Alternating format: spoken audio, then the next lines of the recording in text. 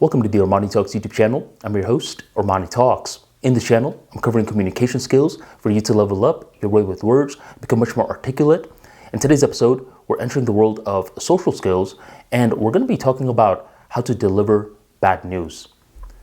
With social skills, embarrassment often plays a big part in why humans behave the way that they do. Humans aren't afraid of failing. They're afraid of being judged for failing. What's something that you find very embarrassing? Let's say you're someone who's like, I'm really embarrassed to dance. Dancing just isn't my thing.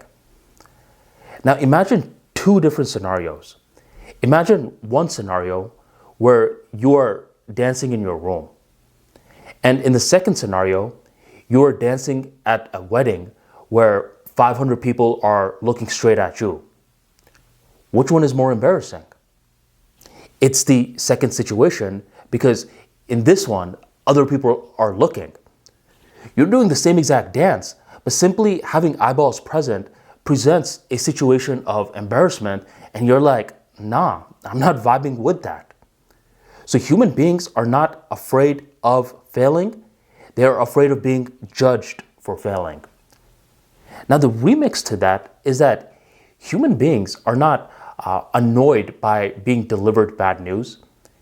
They're more so annoyed by not being given updates of the bad news.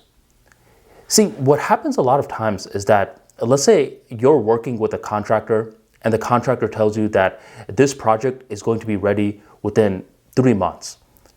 And by the time that the 3 months are nearing to its final stages, the contractor is like, I'm going to need another 2 months. Now, this extra 2 months that's needed, it just caught you off guard. It's like, what? You didn't even tell me. It's like, come on, man. This is unbelievable. 2 extra months? It's like, I don't even know if I want to work with you anymore. But they already began a certain amount of work, and it's like, now you have to work with them. This is one scenario. But imagine another scenario where this contractor is starting to spot the signs. It's like, whoa, after 1 month, we are pretty behind schedule. We are not going to be able to meet the 3-month mark. It's probably going to take more than this. How about I give this person some updates? So the contractor calls you and is like, hey, sir, is this a good time? You're like, yeah, what's up? And they break the bad news to you. Initially, there's shock, but eventually there's acceptance. But it's not just one update that's going to do it. Now, what's going to happen is that as the project continues, the contractor continues to give added updates. Hey, bud, how's it going? This week, we're actually looking better than we were expecting. 1 more week passes by. 2 of the employees got sick. Sorry about that, but we're going to get back on track. Obviously, you could adjust the intervals, but you get the general point.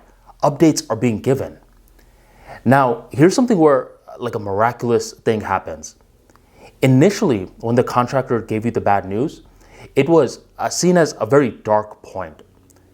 But as the months are rolling down and the project is slowly coming into realization, what's happening is that this dark moment is slowly becoming a light moment. What's the difference between an acquaintance and a friend? An acquaintance is someone that we pretty much just go through the light moments with, while with a friend, we go through the dark moments and the light moments with. For example, my barber is my acquaintance. I just want to go through the light moments with you, which means I just want you to give me a good haircut. I don't want to go through the dark moments with you. Acquaintance. But with a friend and a family member, going through the ups and the downs with them is pretty much a part of the definition of considering them a part of our circle. So as this person is over here initially giving you the bad news and now suddenly is gradually giving you good news, what's happening is that the friend loop has accidentally been activated. By the time that the project is done, it feels as though that you and this contractor have been through hell and back together. And something about this situation is it just feels more pure. It's like, it was a pleasure working with you. It actually feels like you've known this person for a long time, and this person ended on a positive note. Ending on a positive note is huge. If we just keep breaking the deadlines more, then this friend loop is not going to get activated. But initially delivering that bad news and ending on a high note, you could say, activates more emotions in a human being that engages memorability versus just doing the task right the first time. I'm not saying that you should just be like, okay, well, let me mess up on purpose. It's just a strange little conundrum in regards to humans that I've noticed. So in order to give a person bad news, updates are of most importance. Human beings don't really care about the bad news at first. They're going to get over it, okay? They're going to get over it. But a lot of these people that are in the contractor role, they're like, no, I just gotta let them know all the way in the end. If I give them updates, then they're just going to keep yelling at me on each update. It doesn't always work like that. More often than not, they'll be really upset in the beginning, but then they'll get over it. And if you keep giving crystal clear updates, this person enjoys that. They're like, okay, well, at least keeping me in the loop. And once they're tracking their progress, they become invested in it, and they handle that bad news like a winner. So updates are the name of the game. Just like human beings are not afraid of failing, they're afraid of being judged for failing. Human beings love updates so much. So give them the update if you're a consultant, if you're a person that just made a mistake, or of whatever position. It's a trait that a lot of human beings share in common.